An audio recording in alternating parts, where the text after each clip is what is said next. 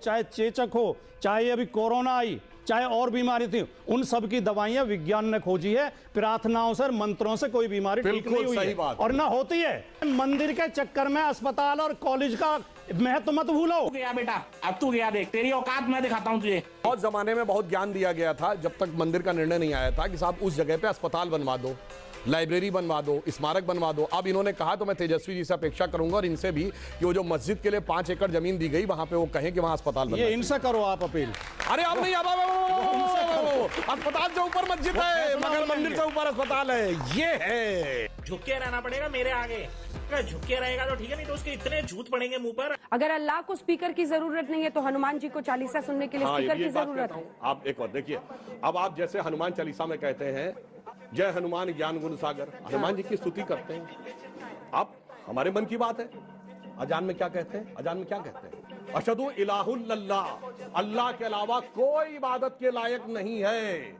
अशहदु मोहम्मद रसूलुल्लाह का अर्थ ये हुआ कि रसूल के अलावा, मोहम्मद साहब के अलावा कोई पैगंबर नहीं है। तो जैनों के 24 तीर्थंकरों का अपमान, सिखों के 10 गुरुओं का अपमान, हिंदुओं के 10 अवतारों का अपमान आपके मन में है। घर में आपको प्रॉब्लम अजान से है, लाउड स्पीकर से नहीं है। मतलब अजान से प्रॉब्लम, मैं बता रहा हूँ, लाउड स्पीकर से सही बात बोलिए ना, फिर बता रहा हूँ, सुनिए। तो घूम फिर के क्यों पहुंचे? आपके मन में है कि मेरे पिताजी सबसे लायक है, मैं अपने घर में कहूंगा। अब आप ये कहें कि मैं दुनिया भर को सुनाऊंगा, मतलब बाकी के नालायक है, तो इस बात से प्रॉब्लम। आप इस्लामोफोबिक बात कर रहे हैं। इस्लामोफोबिक तो अच्छा चलिए सुनिए, एक कम्युनिस्ट है ना सर, एक मिनट सर, एक कम्युनिस्ट कंट्री बताइए जहां तोप लगा के मस्जिदें न उड़ाई गई। बोलिए, Czechoslovakia, Romania, Hungary, Bulgaria, Poland, north Korea, China, Russia, बोलो। आप सुनिए, इंडिया में आके कुछ भी बोलेंगे, इंडिया में आके कुछ भी बोलेंगे।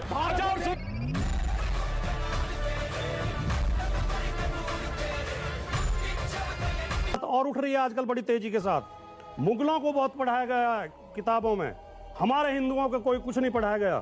भैया कोई पढ़ा लिखा आदमी बताया क्या हिंदुओं को नहीं पढ़ाया गया? कौन से विषय में नहीं पढ़ाया गया? हमने भी थोड़ा बहुत पढ़ा है, ठीक। हम कोई बिना पढ़े लिखे तो आगे नहीं है, हमारे पास भी पोस्ट ग्रेजुएट डिग्री है।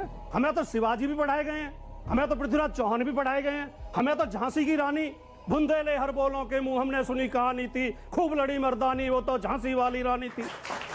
कौन कहता नहीं पढ़ाया गया? अच्छा, अब देश को मूर्ख बनाने की बात चल रही है। जितने बच्चे यहाँ बैठे हैं इंक्लूडेड और जितने वयस्क लोग बैठे हैं, राजकुमार जी, हम सब ने पढ़ा है। औरंगजेब का बाप कौन सबको पता है ना? शाहजहां।